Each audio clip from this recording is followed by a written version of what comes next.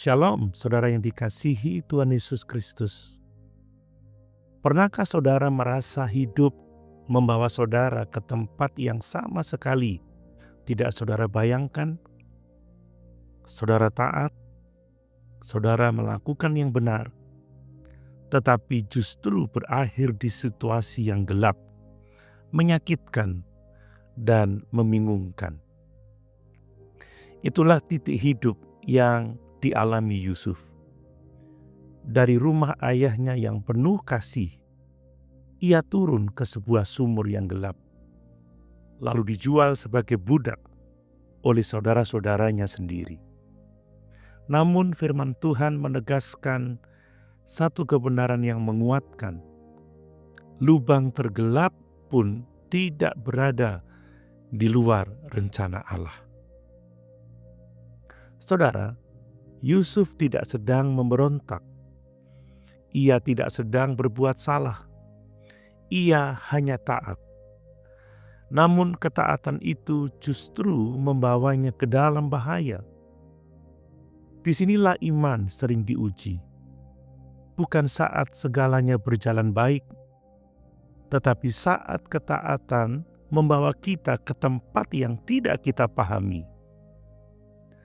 Yakub mengutus Yusuf mencari saudara-saudaranya. Yusuf pergi tanpa protes, tanpa curiga.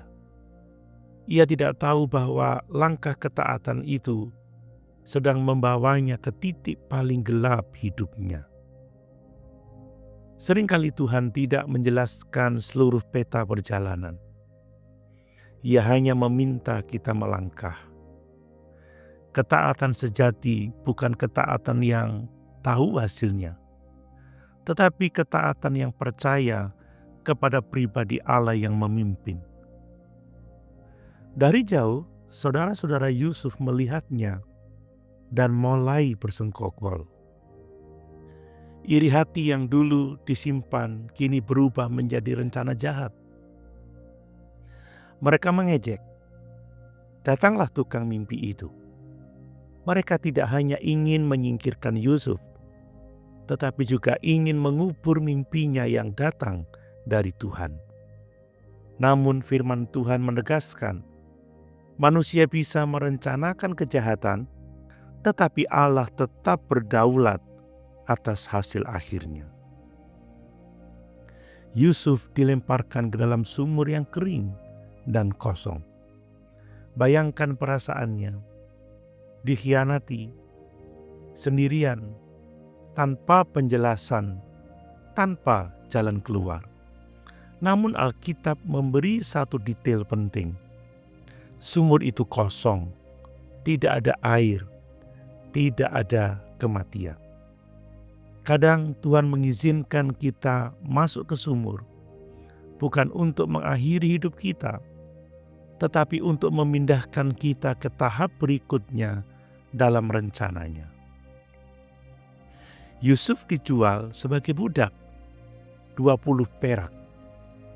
Harga seorang manusia direduksi menjadi angka.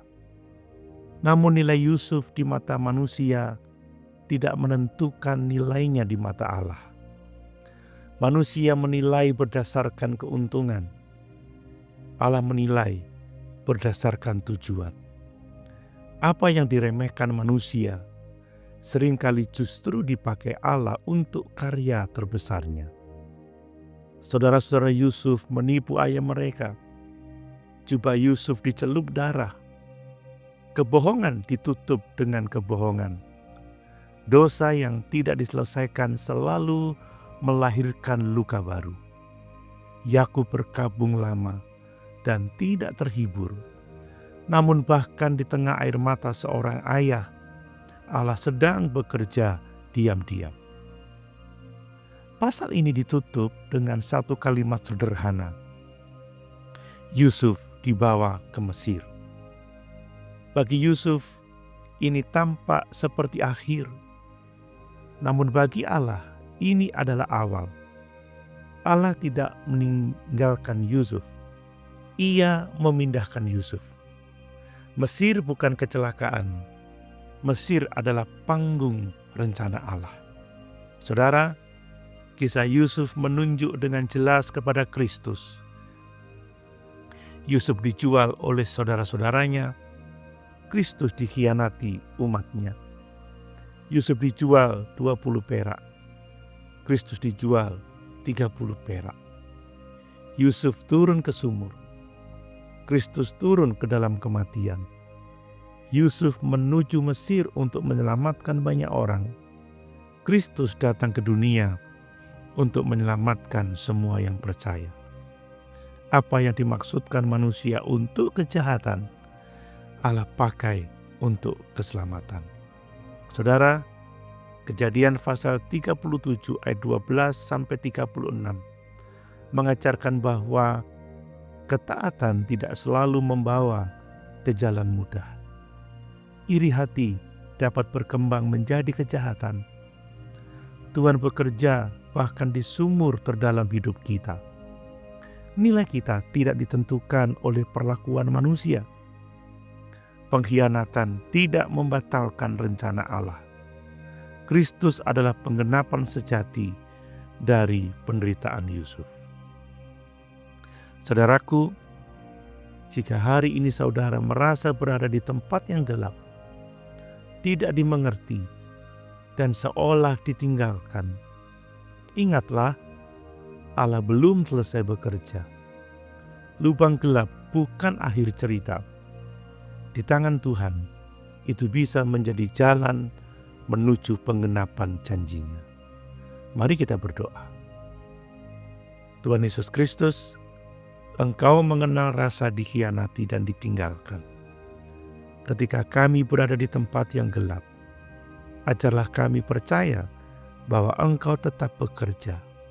Pulihkan hati kami dari luka, dan pimpin langkah kami menuju rencana-Mu yang sempurna. Dalam nama Tuhan Yesus, Juru Selamat yang setia, kami berdoa. Amin.